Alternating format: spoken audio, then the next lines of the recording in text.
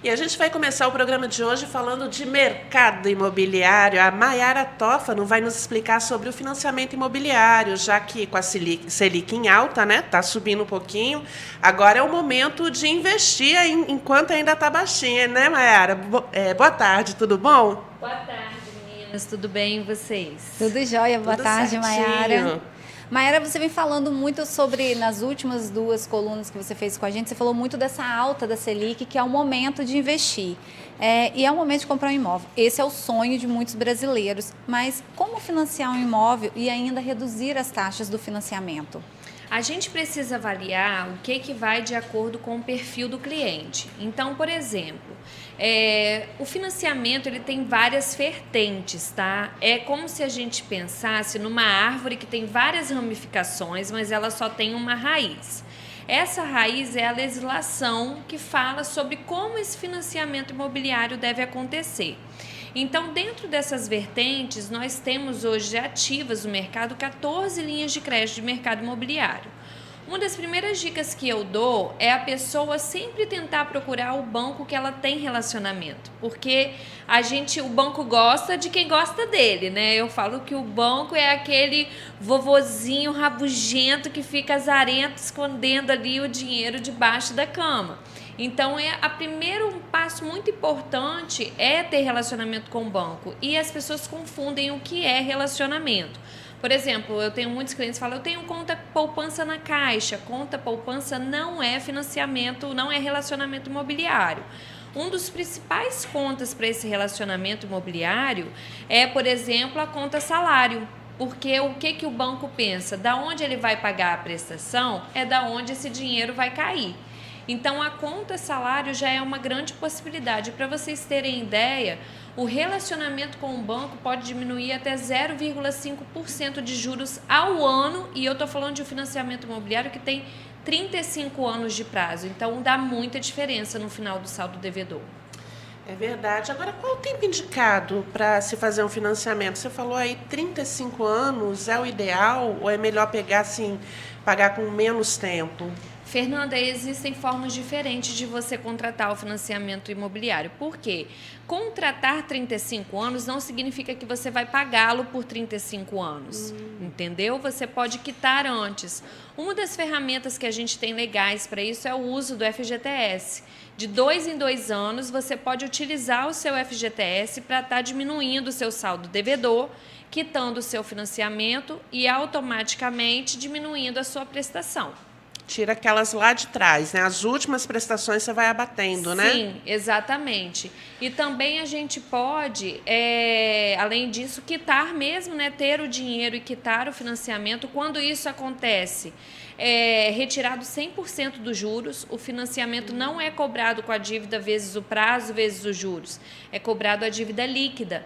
Então, geralmente, é muito bom a pessoa que quer quitar, ela conseguir quitar, né? Porque pegando o rendimento, por exemplo, FGTS versus juros do financiamento, é melhor utilizar o FGTS. E dependendo de algumas linhas de crédito, a gente sugere fazer em menos prazo. Por exemplo, é o que vocês falaram, a gente está com a Selic subindo e com a inflação subindo. Então, quem tem financiamento contratado indexado pela inflação, a gente sugere ser um financiamento de no máximo 10 anos.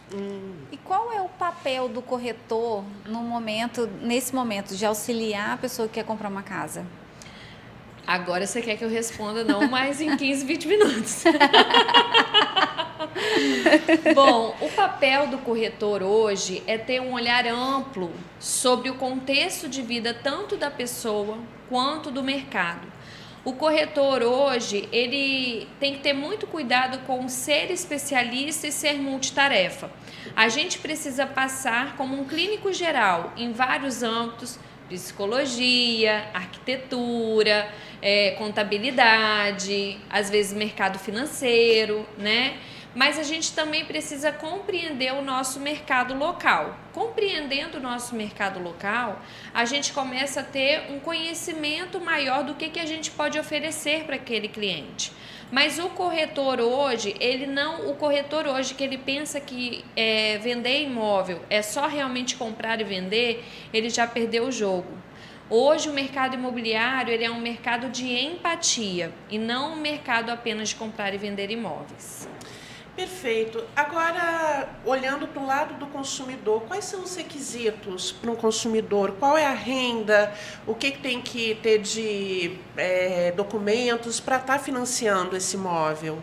Olha, Fernanda, documentos pessoais, né? Algum comprovante de renda, e aí a gente entra numa lista extensa, porque vai depender do perfil do cliente. Então, tem o autônomo, né? Exatamente. E muitas das vezes o autônomo ele não declara tudo que ele ganha, né? Tem essa questão.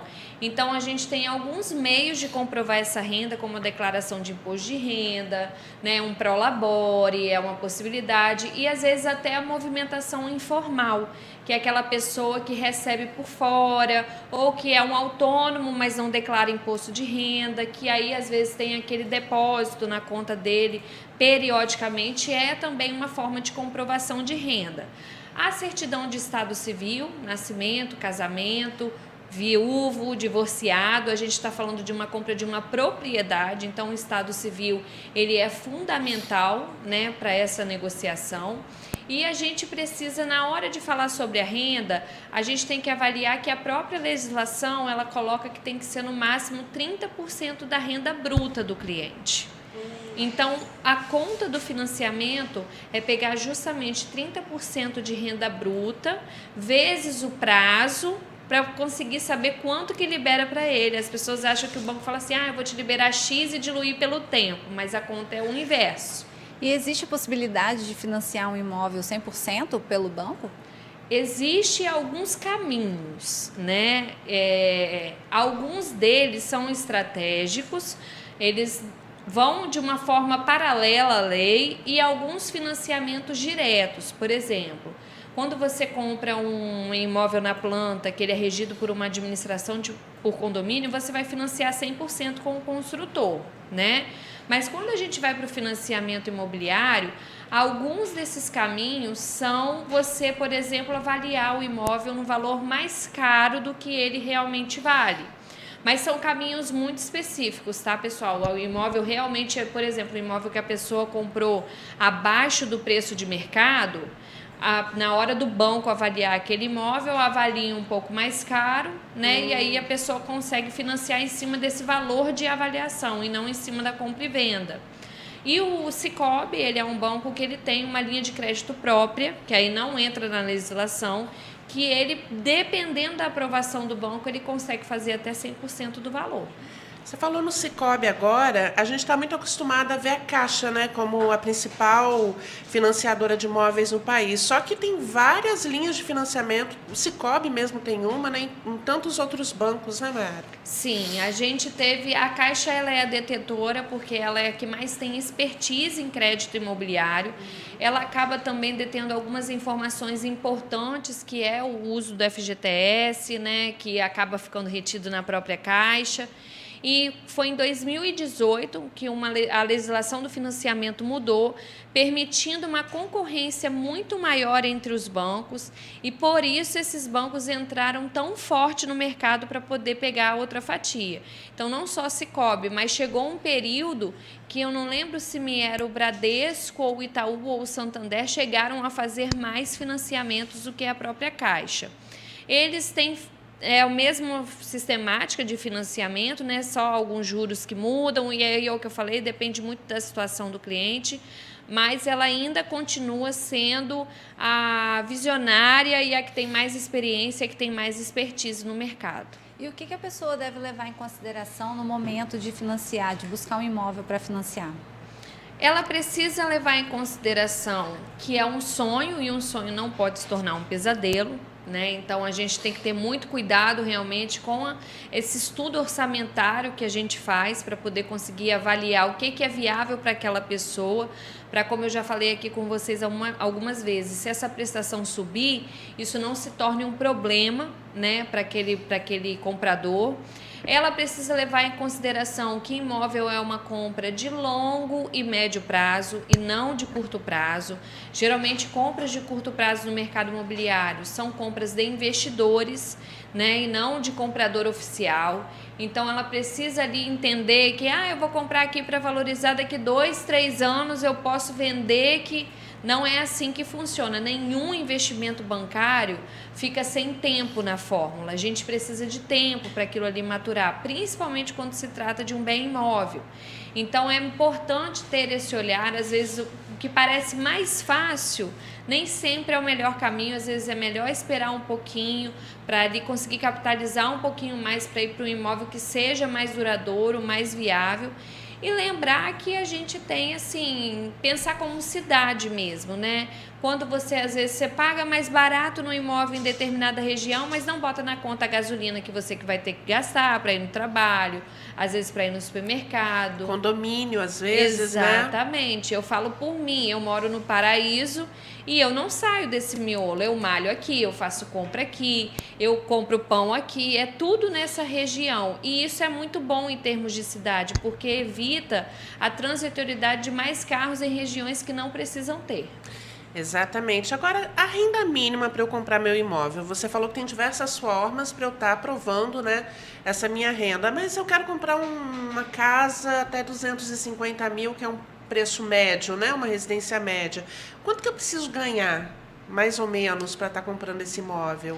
Fernanda, lembrando que a renda mínima nem sempre precisa ser só de uma pessoa, tá? Ah, sim. O banco ele permite a junção de até 4 compradores e não precisam ter parentesco ou casamento contraído. Então, eu já tive situações de casal de namorados que adquirem juntos, mesmo como solteiros, não tem problema nenhum.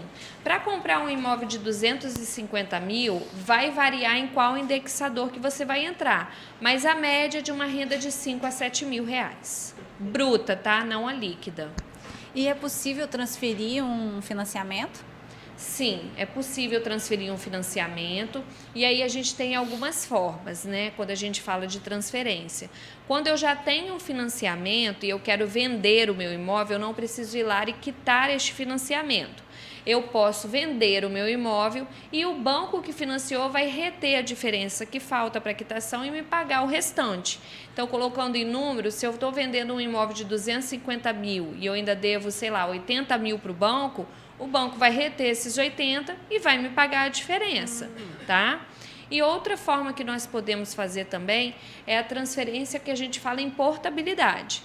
Quando a gente já tem um financiamento ativo, mas a gente não pegou uma janela de juros boas, a gente pode transferir aquele financiamento ou para outro banco ou para o seu próprio banco, tentando ali abocanhar uma taxa de juros um pouco melhor. No entanto, tem que ser sempre para o financiamento que tem o mesmo indexador. Por exemplo, eu não consigo transferir o meu financiamento de inflação para um financiamento de taxa de juros fixa. Eu preciso transferir para um outro crédito imobiliário de inflação.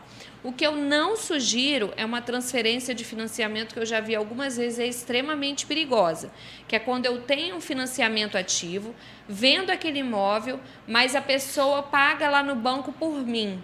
Que aí a gente tem o que a gente falaria no direito de cessão, na verdade, né? É muito perigoso porque se essa pessoa não paga, o nome do antigo vendedor que vai para o pau. Se o vendedor tem alguma dívida, a pessoa que está pagando pode acabar perdendo o imóvel. Então, são várias situações que implicam na hora dessa transferência que a gente precisa analisar. Perfeito. A gente conversou então com a Maiara Tófano, a nossa colunista aqui, falando de imóveis, de mercado imobiliário, sempre com muita expertise, né, no assunto, sabe tudo essa menina. Obrigada, tá, Maiara? Mais uma vez. Obrigada a vocês, gente.